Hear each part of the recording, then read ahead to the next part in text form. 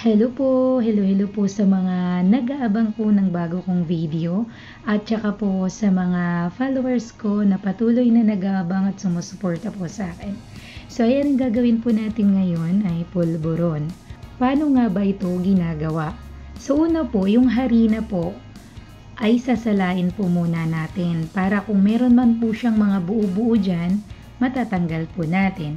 So kapag nasala na po natin ito at nakuha na natin yung mga pinong-pino na harina, ilalagay na po natin ito sa pinainit natin na kawali. So ayan, lulutuin po muna natin ito hanggang sa mag-slightly brown.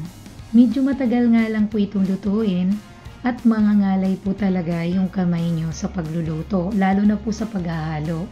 Kaya kung meron kayong kasama sa bahay na pwedeng siya munang maghalo after mo, pwede rin po yon para hindi po sumakit yung balikat mo. Kasi matagal po talaga ito kasi kailangan mong makuha yung slightly brown at hindi mo siya pwedeng iwanan dahil masusunog yung pinakailalim niya.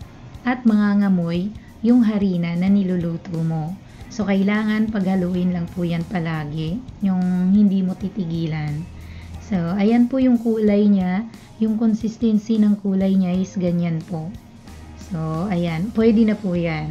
So, pagkatapos po yan, pwede niya pong ilipat sa tray at salain po ulit. So, kung kanina, sinala natin bago natin lutuin, ito po ngayon pagkatapos lutuin, sinasala din po yan.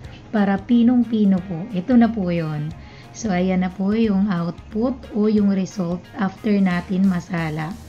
So, yan po yung mga ingredients na gagamitin natin bukod sa harina. Gumamit ako ng Bear Brand, buttercup, at sugar, at margarine.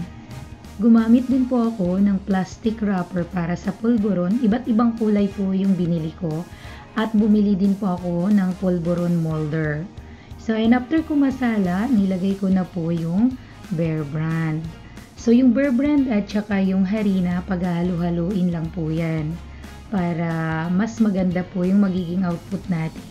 Tapos, nilagay ko po dyan yung asukal. So, yung asukal po natin, dapat ang gagamitin ay white.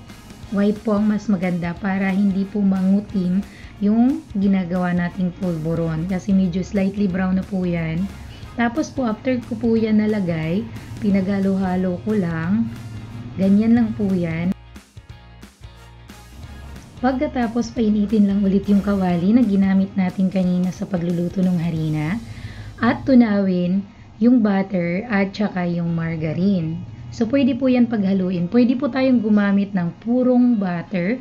Halimbawa po, butter lang, walang margarine. Or pwede rin naman tayong gumamit ng purong margarine, walang butter. So, same lang po yan. Na yan po ay nakakapagpadagdag lang ng lasa at amoy. Mabango po kapag may combination ng butter at margarine. So, hayaan lang po nating matunaw ito. Para mas madaling matunaw, pwede natin po itong i-chop na gamit yung sandok at halo-haloin. Pag natunaw na po, pwede na po natin ilagay dyan yung pinaghalo-halo natin kanina na harina, gatas at asukal. So, ilalagay lang po natin yan dyan at hahalo-haluin ulit. So, kanina sabi ko po, sasakit talaga yung braso mo kaya kailangan mayroon kang kapalitan. Lalo na kung marami yung lulutuin mo, kailangan mo talaga ng may katulong. Pero kahit naman isang tao lang yung gumawa niyan, pwede po at kayang-kaya naman po. Ayan, kung mapapansin po ninyo, meron pong mabubuo-buo dyan kasi kanina liquid yon tapos biglang nilagyan natin ng dry, kaya talagang may mabubuo-buo. Pero halo-haloin lang po ulit. So, ang magiging result po natin yan kapag halimbawang nahalo na natin lahat ng pantay, ay ganito na po. So, ayan. Pwede na po natin itong balutin. I-mold muna natin gamit ang pulburon molder na medium size. Ayan. At pwede na po natin ilagay sa plastic. So, ang pagbabalot po ay ganyan. Babalutin lang po natin dahan-dahan para po maayos po yung magiging result niya. Ang paggawa ng pulburon ay pwede mong pagkakitaan. Simple lang po yan at kayang-kayang gawin kapag lang talaga sinunod mo yung steps on how to make classic pulburon. So ayan, Pinoy na Pinoy po ang pulburon. Isa pa po sa nakakaganda sa polvoron ang paggamit ng iba't ibang kulay ng plastic wrapper. So dito po sa polvoron na to, gumamit po ako ng ilang kulay ng plastic wrapper. So marami po yan. Hindi ko po inubos ikat kasi pwede ko naman po yan magamit sa susunod ko pa na paggawa ng polvoron. So ayan mga moms, yan po ang video ko today. So maraming salamat po sa panonood ninyo. Sana po nag-enjoy po kayo.